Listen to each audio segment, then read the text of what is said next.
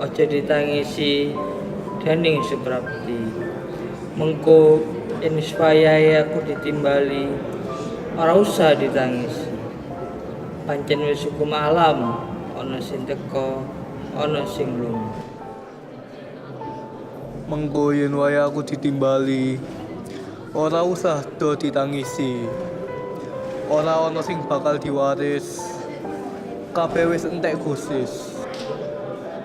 Mengko yen aku wis ditimbali, ora usah ditangisi. Sing tuwa wis ora kuwawa, sing enom sing kudu terusake. Kanthi jembare dodo terus lumaku pecokono dalan pangarepmu tumuju panguripan sing mulya sing bisa gawe mulya kowe sak keluarga.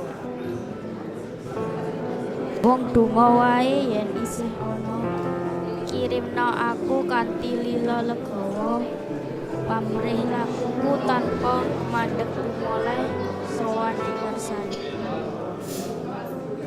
Sak pungkurku mengko muga tansah bagya mulya pujiku marang Gusti kanggo kowe kabeh sing ana donya.